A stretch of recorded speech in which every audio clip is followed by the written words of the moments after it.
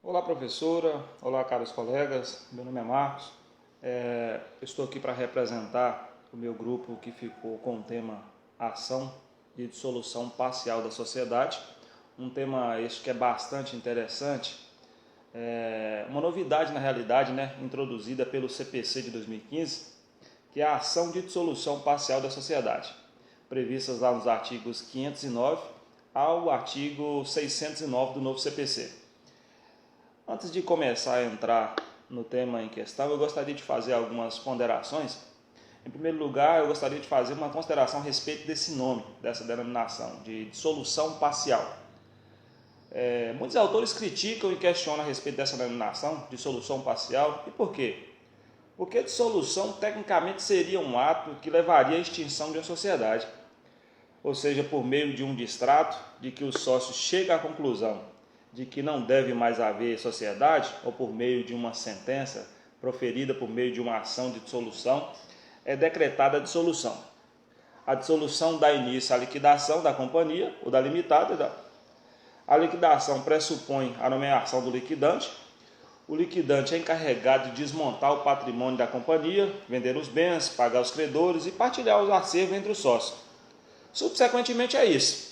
É feita a aprovação de contas do liquidante e é cancelado o registro.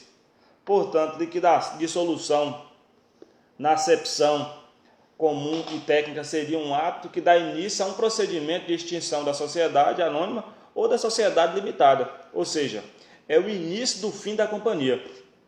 A dissolução seria o ato que dá início ao procedimento, que vai colocar o fim na companhia. As expectativas do sócio após a dissolução é de não prosseguir mais no negócio, a expectativa de que o liquidante faça da melhor forma possível a liquidação, a venda dos ativos, o pagamento do passivo e a partilha dos bens que sobrar. Pois bem, como mencionado anteriormente lá no vídeo, nosso objetivo aqui não é falar sobre a dissolução total da sociedade, e sim da dissolução parcial dessa sociedade. Como acontece em qualquer relacionamento, há desgaste no relacionamento dos sócios. E por algum momento ali, quando fundaram essa instituição, quando fundaram essa empresa, tinham o objetivo de levar isso aí durante muitos anos, mas que, no decurso do tempo, aconteceu um desgaste que impossibilitou que esses sócios continuassem a conviver em harmonia, chegando ao ponto que não há mais a possibilidade de continuar trabalhando junto. Ou seja, não há mais como ter um objetivo comum entre os sócios. Mas nesse caso em questão, o objetivo aqui não é extinguir, acabar com a empresa, com a sociedade em si. O objetivo aqui é simplesmente a retirada desse ou desses sócios que não tem mais como conviver junto e preservar a vida da instituição. O artigo 599 do novo CPC vem falar que a ação de dissolução parcial da sociedade tem por objeto a resolução da sociedade empresária contratual ou simples em relação ao sócio falecido, excluído ou que exerceu o direito de retirada ou recesso e a apuração dos haveres do sócio falecido, excluído ou que exerceu o direito de retirada ou recesso ou somente a resolução ou apuração dos haveres. O parágrafo 1º do inciso 3º vai falar que a petição inicial será necessariamente instituída com um contrato social consolidado. Parágrafo 2º. A ação de dissolução parcial da sociedade pode ter também por objeto a sociedade anônima de capital fechado, quando demonstrado por acionistas ou acionistas que representem 5% ou mais do capital social, que não pode mais preencher o seu fim. Nós observamos aí agora que o novo CPC, lá no artigo 599, traz a possibilidade dessa resolução parcial, coisa que nos códigos anteriores não podia. Extinguia-se a empresa quando não havia mais a possibilidade de convivência. Já o novo CPC, no artigo 599, traz essa possibilidade. Nós vimos aí algumas hipóteses de dissolução parcial da sociedade. O dispositivo traz duas hipóteses vinculáveis para a dissolução parcial de uma sociedade. O inciso primeiro prevê a dissolução da sociedade empresária contratual ou simples em relação ao sócio falecido, excluído ou que exerceu o direito de retirada ou recesso. A segunda hipótese aí previa nos seus incisos 2 e 3 o pedido de apuração dos haveres do sócio falecido, excluído ou que exerceu o direito de retirada ou recesso, que pode ser cumulado com o pedido de dissolução parcial ou requerido isoladamente. Aqui o CPC também prevê que a hipótese de dissolução parcial também pode ser aplicada à sociedade anônima de capital fechado, quando for demonstrado que o acionista ou acionistas que representem 5% ou mais do capital social que não pode preencher o seu fim.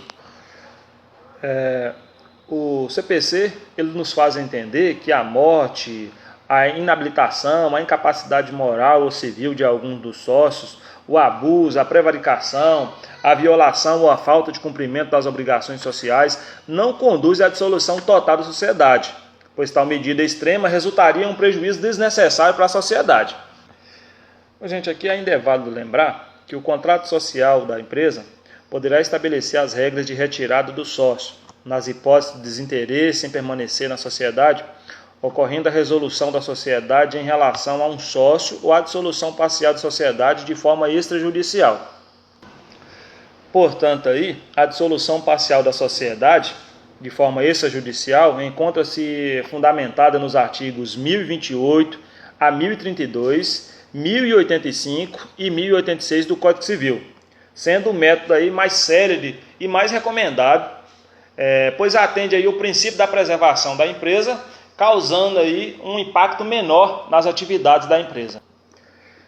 Já a dissolução parcial judicial segue as mesmas normas estabelecidas para a dissolução parcial extrajudicial, porém, a dissolução será determinada por sentença judicial.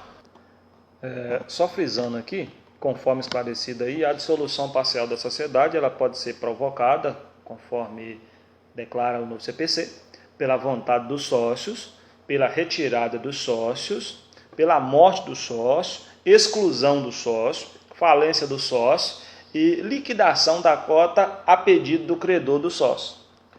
Na hipótese aí da morte do sócio, seu patrimônio representado pelas cotas é atribuído aos seus herdeiros e legatários, os quais não estão obrigados a ingressar na sociedade, podendo promover a dissolução parcial da sociedade nos moldes já tratados anteriormente aí.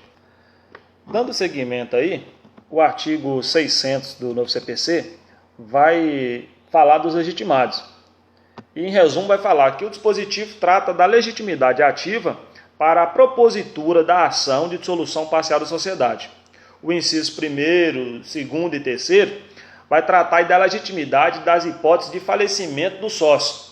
O inciso 4º prevê a legitimidade do sócio que exerceu o direito de retirada ou recesso. Já o inciso 5º prevê aí a legitimidade ativa da sociedade. Nesse sentido, o cônjuge que recebeu em partilha a metade das cotas tem a legitimidade ativa para apurar seus haveres. O artigo 601 vai falar aí da citação e a manifestação dos sócios. Os sócios e a sociedade serão citados para, no prazo de 15 dias, concordar com o pedido ou apresentar a contestação. Parágrafo único vai falar que a sociedade não será citada se todos os seus sócios o forem, mas ficar sujeita aos efeitos da decisão e a coisa julgada. O que quer dizer? Que todos os sócios da sociedade devem ser citados para manifestar nos autos, no prazo de 15 dias. Trata-se do litisconsórcio necessário para ser formado no polo passivo entre todos os sócios e a sociedade. Nesse sentido aí, conforme precedentes dessa corte, a generalidade dos casos, a retirada dos sócios de sociedade por cotas de responsabilidade limitada, dá-se apelação de dissolução parcial com apuração de haveres, para a qual tem de ser citado não só os demais sócios, mas também a sociedade. Em igual sentido, aí, a ação de dissolução parcial deve ser promovida pelo sócio retirante contra a sociedade e o sócio remanescente em desconsórcio necessário. Pode se extrair do dispositivo que a citação da sociedade é facultativa quando haver a citação de todos os sócios que compõem a sociedade. Nesse sentido aí, havendo sido excluída do polo passivo da ação principal a sociedade, sem reclamo de seu sócio remanescente, é a insurgência por eles mesmos manifestadas em exclusão de sentença acerca da ausência da citação da empresa. Na sequência aí, o artigo 602 vai falar que a sociedade poderá formular pedido de indenização compensável com o valor dos haveres a apurar. Compensação de valor devido à sociedade. Como a sociedade aí tem legitimidade ativa e passiva, nessa ação de procedimento especial, o pedido de compensação pode ser requerido na petição inicial ou na contestação, quando terá natureza reconvencional de indenização. O artigo 603 vai falar aí que, havendo a manifestação expressa e unânime pela concordância da dissolução, o juiz decretará, passando-se imediatamente à fase de liquidação. O parágrafo 1º vai falar que, na hipótese prevista no caput, não haverá condenação em honorários advocatícios de nenhuma das partes e as custas serão rateadas segundo a participação das partes no capital social. Parágrafo 2º, havendo contestação, observar-se-á o procedimento comum, mas a liquidação da sentença seguirá o dispositivo nesse capítulo. O artigo 604, para apuração dos haveres, o juiz correspondente fixará a data da resolução da sociedade, definirá o critério de apuração dos haveres à vista do disposto no contrato social, nomeará o perito. O parágrafo 1º do inciso 3º vai falar aí que o juiz determinará à sociedade ou aos sócios que nela permanecerem que depositem em juiz a parte incontroversa dos haveres devidos. Parágrafo 2º, o depósito poderá ser desde logo levantado pelo ex-sócio, pelo espólio ou pelos sucessores. Parágrafo 3º, se o contrato social estabelecer o pagamento dos haveres, será observado o que nele dispôs no depósito judicial da parte incontroversa.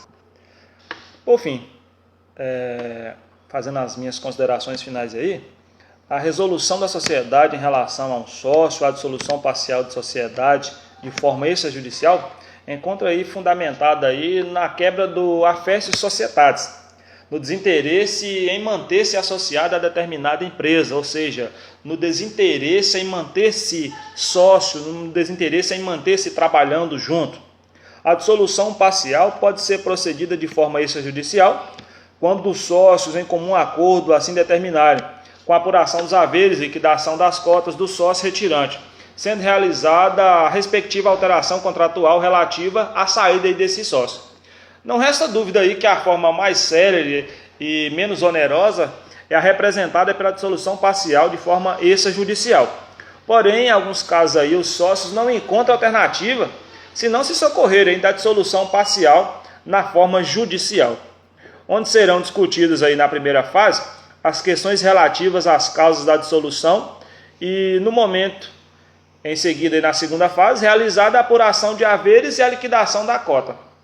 Dessa mesma forma aí, é importante destacar que no momento de constituição da sociedade, definir aí a forma preventiva, normas relativas à dissolução da sociedade no contrato social, principalmente quando o método de apuração de haveres, liquidação de cotas e possibilidade de exclusão do sócio for por justa causa.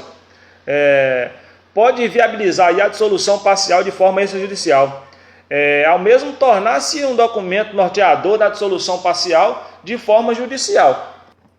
Mas o que de fato aqui nos interessa saber é que, a partir de então, de 2015, quando o novo CPC cria essa possibilidade de dissolução parcial da sociedade, agora aqui já não tem mais o objetivo de extinguir a sociedade, e sim de preservar, ou melhor, não tem aqui mais o objetivo de acabar com a empresa. O objetivo aqui é de afastar quem não há mais possibilidade, por questões citadas anteriormente, aí, de continuar junto, mas mantendo a vida útil dessa empresa.